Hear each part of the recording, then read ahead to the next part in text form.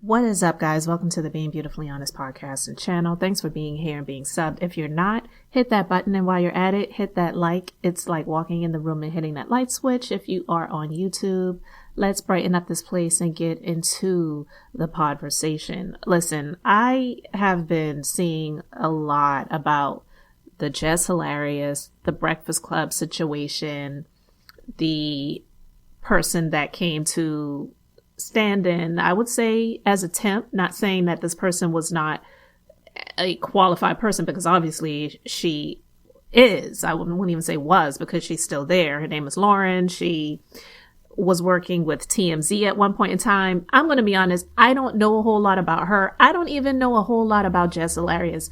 I'm not one of those people that follow a lot of people on social media. So a lot of the things that I've seen or heard about her, it has been by way of other things that have happened that have been shared on social media. But she obviously is well known. She has a very large following. And what I really wanted to talk about, it's not so much about Jess Hilarious and her response to what has happened while she's been on the show and since this other person has come on board. I'm not going to play that audio, but I just find it funny because as I was listening to a lot of the commentary and just seeing a lot of the reporting that's been going on about this situation, one thing came to mind for me, and now I see that Jess Hilarious has actually talked about it in response to Corey Holcomb, a comedian who has a podcast, who honestly has said a lot of disparaging things about a lot of women. That's kind of his shtick and what he's known for. But she talked about how the Breakfast Club is run, and that's what I really wanted to talk about, because my personal opinion about the Breakfast Club is I just feel that it's extremely unprofessional. I don't feel that just because of the type of content that they do, and you have someone like Charlamagne the God who does the donkey of the day shtick and a lot of the things that, they are known for doing on the show over the years. Of course, it's not CNN or MSNBC or not even Fox News, which isn't even real news, if we're talking about news. But I'm just saying it's a network where you have commentators that talk about stuff. They're not professional. You have someone like DJ Envy who's got all of these civil lawsuits against him for allegedly defrauding or being involved in defrauding a lot of people when it comes to real estate. He has tried to disassociate himself from this person, Cesar Pena, who is facing federal, I believe, time for defrauding people with these real estate scams.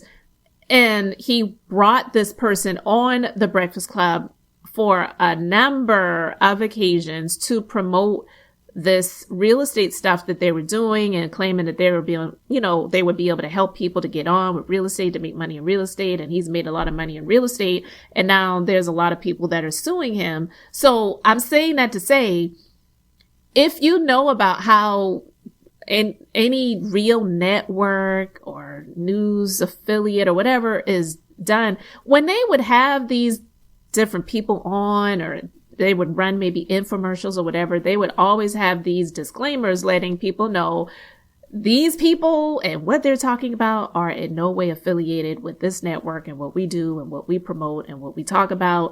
They're completely independent.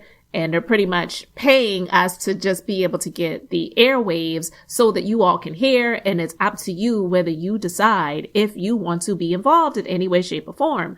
I don't believe any of that was done when DJ Envy had this guy on the show. So I'm saying that to say the Breakfast Club is extremely unprofessional by way of iHeartRadio because they allowed it. They allowed all of that stuff to go on. Then you've got Charlamagne, who has, been alleged to have done some stuff at the time with a minor who is now letting people know what has happened, how she was victimized. She wants to be compensated for her pain. I don't blame her. Her situation that happened years ago, a lot of people have called Charlamagne and I don't remember the term right now, so forgive me. It's early when I'm recording this, but basically just saying that he got off on a technicality because of the situation that happened and how her mom didn't want her to have to be on the witness stand and testifying and be under scrutiny and all of those things, because we already know how it is when a person, a woman, a child, a victim is victimized in that way, that a lot of times they are the ones to be pointed out to be the villain in the situation and not the victim. And it's because they've already been victimized. They've already been hurt in so many ways. They don't want to be subjected to go under any of that anymore. So they'll just choose to not so much let it go, but not allow anyone else to bully them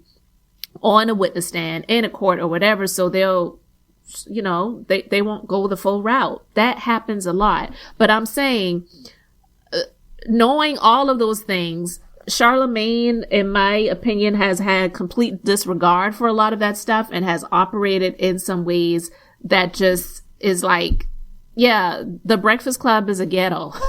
It's so unprofessional. And so now you've got Jess Hilarious and you've got Lauren. They were addressing the situation on the net, on the platform for everyone to be able to listen to. And it's like, is this really what we should be doing right now? But again, because it's about the views and the ratings and not so much about professionalism, and that's something that's really about like an HR situation, why wouldn't that be done behind the scenes, not for viewer consumption? And some may say, well, she's the one that started it, talking about Jess Hilarious, because she's the one that decided to click her button and go live and air out a lot of what's going on. But I'm going to be honest with you guys, and this is not me being in favor of anybody, because I already let you guys know I don't even really know a whole lot about Jess Hilarious. But what I do know about her is I do believe they picked her out of all of the different people that they had come on and co-host and try out and whatever to be on this platform. I feel like they used her because they felt like she was more beneficial to them for the views because she had a lot of followers. That's my personal opinion, and I could be wrong, but what I feel is they didn't pick her because they felt like she was the best one for the position in terms of doing the work.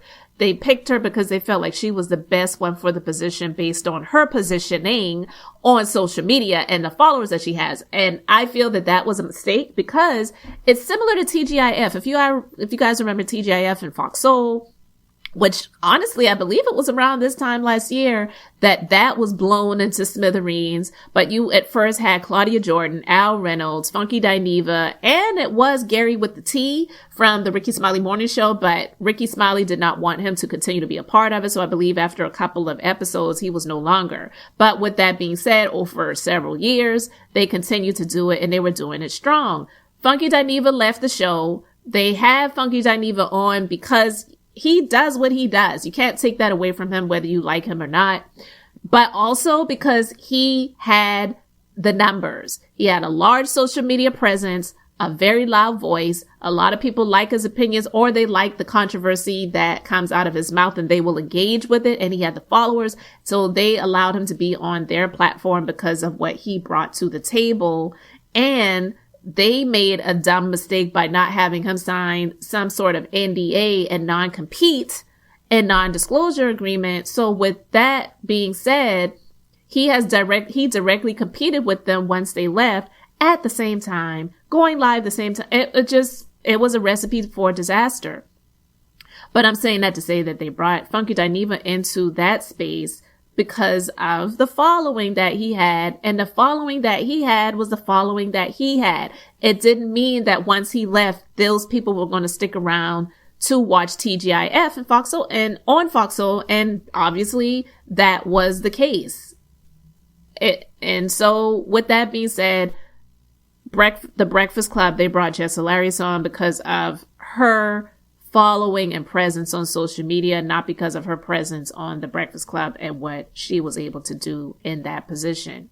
So she did what she normally does because she is someone that rose to fame on social media that's what she's going to do. She's going to click her button and talk to her followers about what's going on. There is nothing that they could do to stop that.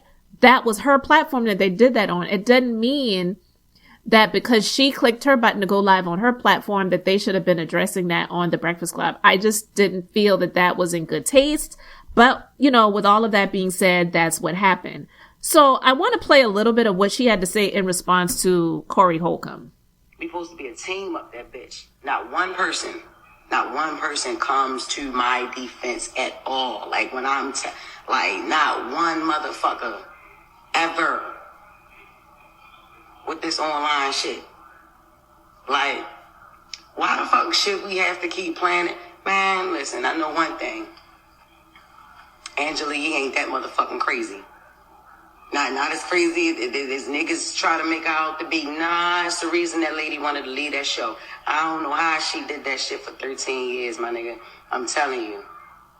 I don't give a fuck. Y'all already know what's up with me. I feel played with. I'ma play with niggas. Like, that's just like, come on. I've been quiet a lot. If Jess Hilarious is quiet, it's a motherfucking reason. I always got my motherfucking mouth open. All the time. How about y'all clear some of this shit up for you? We supposed to be a team up there. This shit up for y'all teammate. This shit is ran like a high school. Yeah. It's ran like a high school. It is. Fair East Side High. Fair East Side High. Before Mr. Clark, though. Like when he first got there.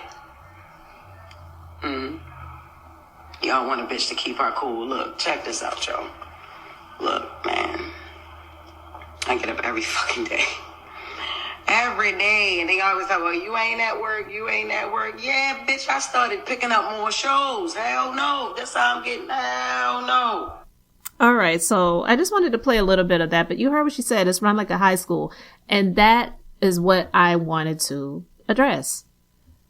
TGIF on Fox Soul is no longer, I'm not saying that that's going to be the same fate of the Breakfast Club, but you cannot bring co-worker grievances and situations like this as a team on the platform itself live to discuss it between you all. That was just so unprofessional. I'm like, who thought that was going to be a good idea? I mean, I get it. They're doing what they need to do for the ratings of the show. So they felt like, you know, I guess that would be a good idea to do that. But in all honesty, yeah, we're all talking about it right now, but that's none of our business. That was just not the way it was supposed to be handled. So yeah, Jess Hilarious, she clicked her button to talk about it, but she did it on her platform. But for all four of them to discuss it between each other, amongst each other, on the platform to, you know, for the entertainment to the audience, it was just, wow. I was like, why are they doing this right now? But that's what they decided to do. And now we're all here talking about it. But yeah, the Breakfast Club is extremely unprofessional. And, you know, yeah, it's a different type of platform, but I just don't feel that that was the way for it to be handled at all. So you guys let me know your thoughts in the comments. Thanks so much for being here, liking and subscribing. I'm Beth, just being beautifully honest. So until next time, I wanted to keep it brief, beautiful, and now I'm going to say bye.